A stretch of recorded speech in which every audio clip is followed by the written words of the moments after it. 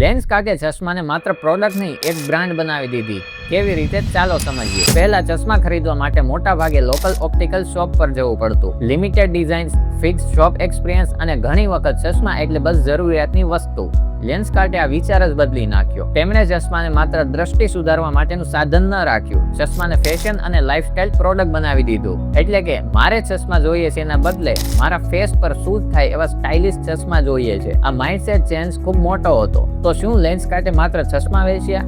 નહીં, તેમણે stores, packaging, advertising, celebrity કોલાબરેશન્સ અને ડિજિટલ માર્કેટિંગ દ્વારા એક મોડર્ન આઈવિયર બ્રાન્ડની ઇમેજ બનાવી. એટલે કસ્ટમરના માઇન્ડમાં આઈવિયર એટલે લેન્સકાર્ટ બની ગયું. આ એસોસિએશન બનાવી એ બ્રાન્ડિંગની સૌથી મોટી જીત હતી. લેન્સકાર્ટની સૌથી મોટી શીખ એ છે કે તમારું પ્રોડક્ટ બોરિંગ હોય તો પણ તમારું બ્રાન્ડ બોરિંગ હોવું જરૂરી નથી. તમારી પ્રોડક્ટ એવી રીતે તૈયાર કરો કે કસ્ટમર્સની પરસેપ્શન બદલાઈ જાય. ચશ્મા એક કમોડિટી હતા. લેન્સકાર્ટે એને ફેશન, કન્વીનિયન્સ અને બ્રાન્ડ એક્સપિરિયન્સ બનાવી દીધું. અને અહીંથી બિઝનેસ લેસન મળે છે કે બોરિંગ કેટેગરીમાં પણ એક્સ્ટ્રા ઓર્ડિનરી બ્રાન્ડ બનાવી શકાય છે.